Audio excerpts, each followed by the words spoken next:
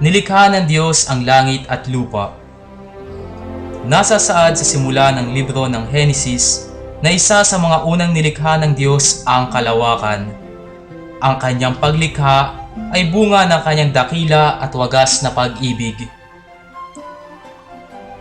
Mayroong dalawang pananaw ukol sa ideya ng langit. Una, ang siyentipikong pananaw, ang langit bilang kalawakan. Sa pamamagitan ng mga makabagong teleskopyo at siyensya, ating namamalas ang kariktan ng kalawakan, ang buwan, mga planeta, mga bituin, araw, solar system, Milky Way.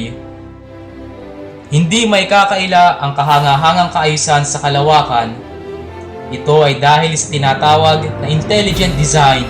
Sang-ayon sa turo ni Santo Tomas ng Aquino, ang Diyos ay tinuturing na ordering intelligence. Sa madaling salita, ang Diyos ang dahilan ng kaayusan sa buong kalawakan. Ikalawa, ang relihiyosong pananaw. Ang langit bilang lugar o estado sa piling ng Diyos. Ang mamasdan ng Diyos ng malapitan at ng tuwiran at ng walang hanggan magpakailanman.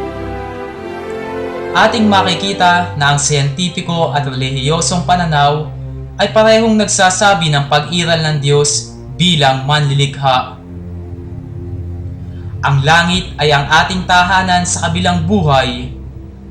Ang buhay natin dito sa lupa ay paghahanda sa ating pinakahuling hantungan sa piling ng Diyos. Ang Diyos na nagkatawang tao ay nagtatag ng banal na Eukaristiya dito sa lupa.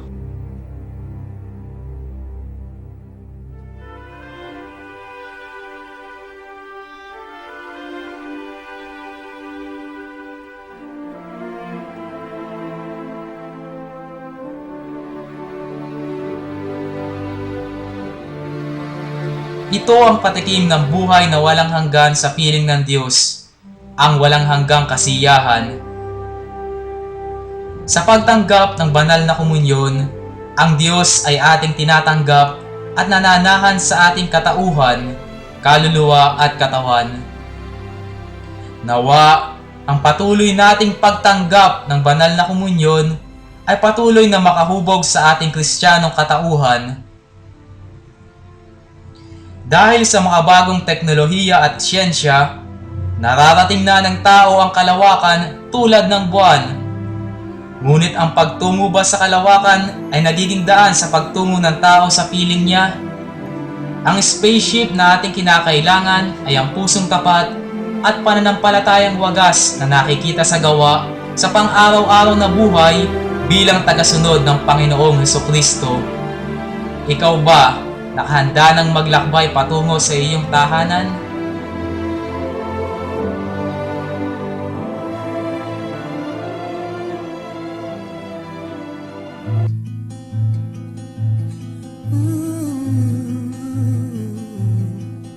Sumasampalataya ako sa Diyos, Amang makapangyarihan sa lahat, na may gawa ng langit at lupa.